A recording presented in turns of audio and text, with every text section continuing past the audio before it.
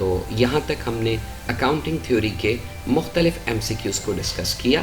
میں امید کرتا ہوں کہ یہ سلسلہ آپ کو بہت پسند آئے گا اور آپ اسے ضرور شیئر کریں گے اپنے دوستوں کے ساتھ.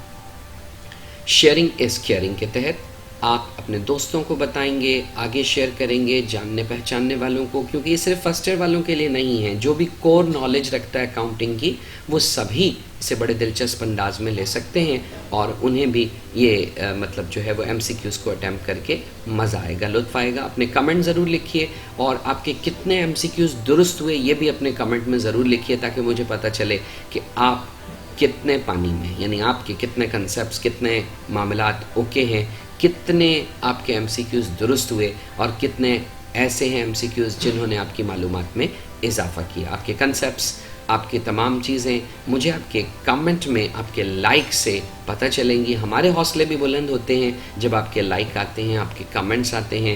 دعاؤں میں یاد رکھیے. آپ کا محمد آصف عبدالرزاق کھتری.